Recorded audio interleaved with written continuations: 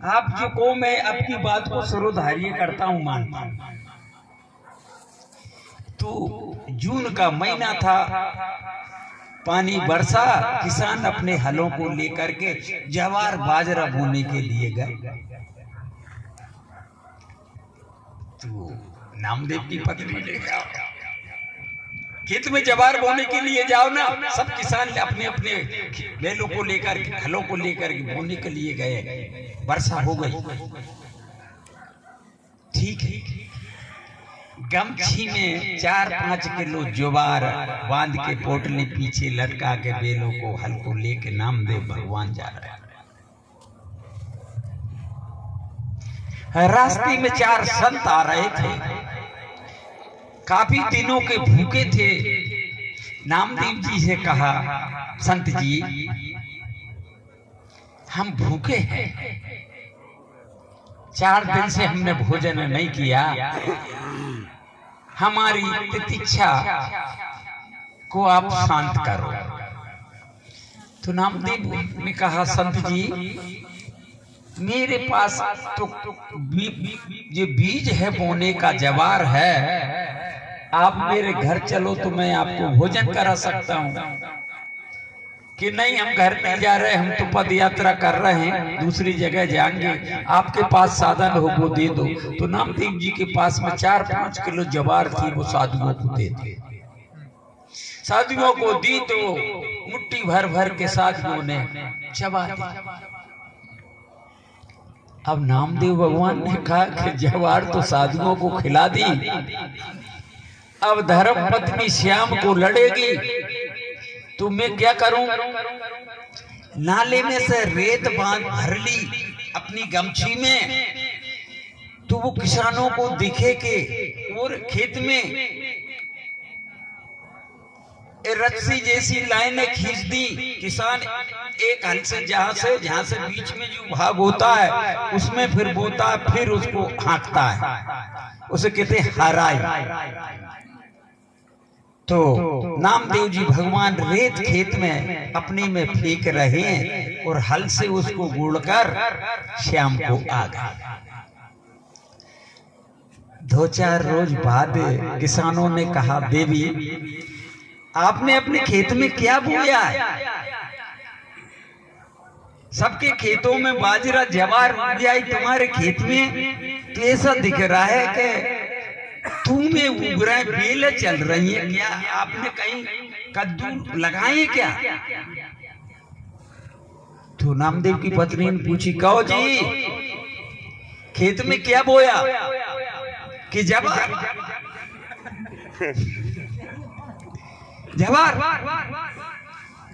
कि सही बताओ।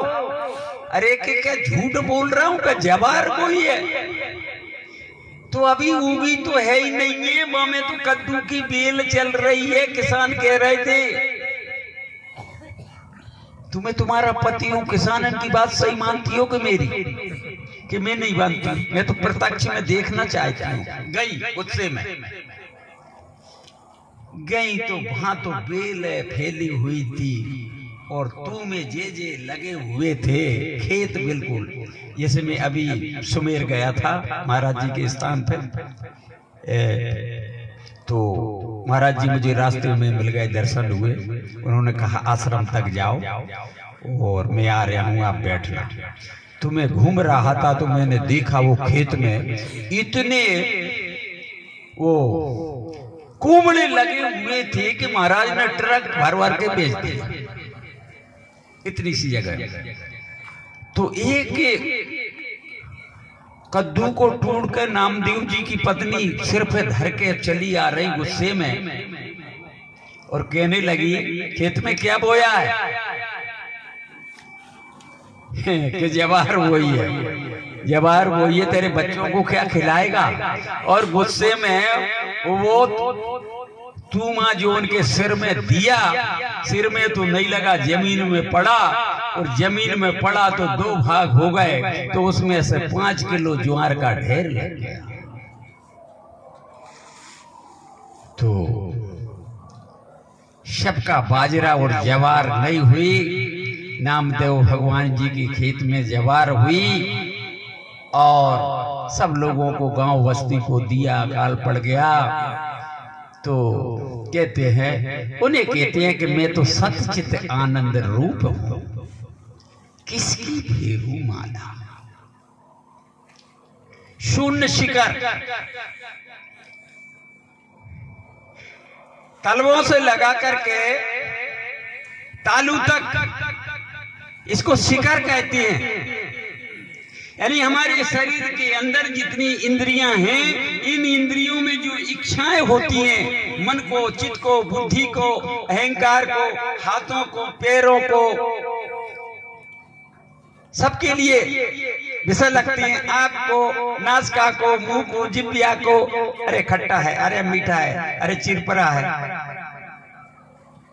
शून्य शिखर की आशा छूटी, या चोटी तक का 10वें द्वार की जिनके लिए इच्छा नहीं है,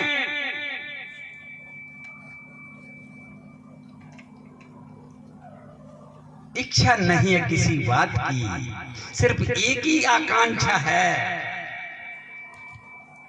उस परम पिता परमात्मा आत्मा स्वरूप के दीदार की।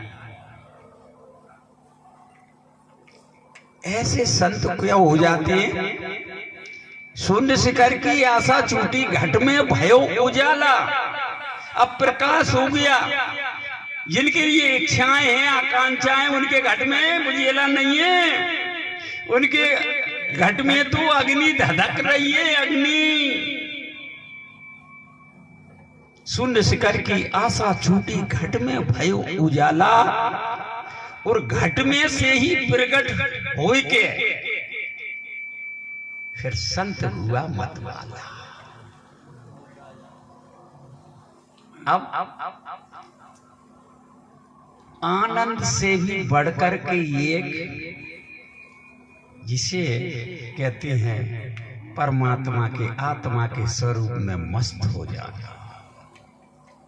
सर्प जब बीन सुनता है मस्त हो जाता है, पतंगा जब प्रकाश को देखता है मस्त हो जाता है, भौरा जब खुशबू लेता है फूलों की तो मस्त हो जाता है, हाथी जब वासना में चूर होता तो मस्त हो जाता है।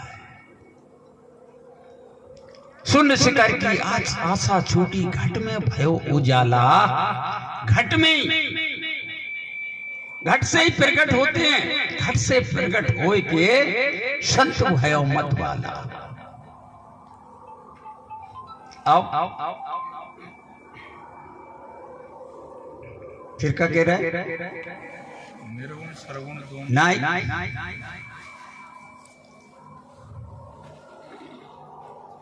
आत्म बुद्धि भैया मेरी है, कौन सा चौक है? दूसरा तो वही है जो मैं बोल रहा हूँ। अच्छा हाँ, कौन सा? निर्गुण सरगुण दोनों नहीं है, शब्द दे रहा हिला। निर्गुण क्या है? यानी शरीर के अलग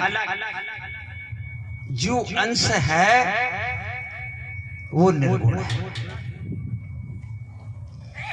बीज जो है वो निर्गुण है, आम के अंदर साकार है, सब दानों के अंदर सूक्ष्म में साकार है और निराकार है। तो क्या कह रहे हैं, निर्गुण और सरगुण दोनों नहीं है, शब्द दे रहा हेला। सिर्फ जो शब्द है, जो आकाशवाणी है, वो किसकी? वो शाहे परम पिता परमात्मा। निर्गुण सरगुण दोनों नहीं है, सिर्फ शब्द दे रहा हेला। इंद्री और प्रकृति ये किसमें नहीं लगे? इंद्री प्रकृति मनुष्य से लगा करके देवता, और देवताओं से लगा के भगवान, और भगवानों से लगा के ब्रह्मा विष्णु तक इंद्री और प्रकृति लगी हुई है। सिर्फ इंद्रिय और प्रकृति किसमें नहीं है, वो इंद्रिय प्रकृति नहीं जानता। वो जानता मैंने ही इंद्रिय बनाई है, मैंने ही प्रकृति बनाई, मेरी तो है जो बनी। सुर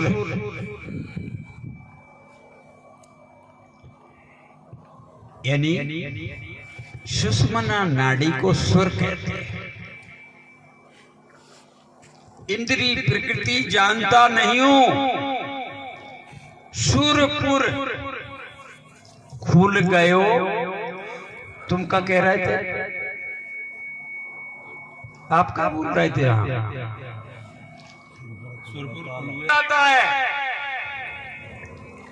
कर्म और भर्म सिर्फ शब्द ही मिटा पाता है। जिनके पास में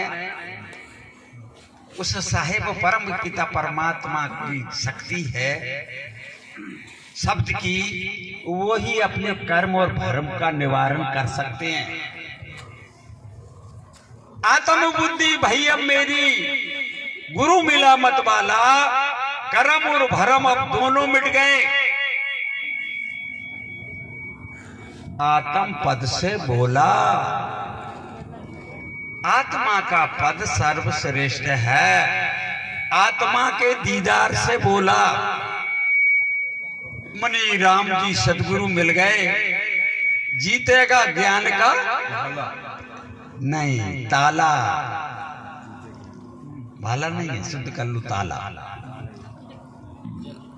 जीतेगा ज्ञान का ताला। और दोजे राम शरण सदगुरु की, कई शब्द में जीव और ब्रह्म का हो गया मेला। बोलो गुरु भगवान की।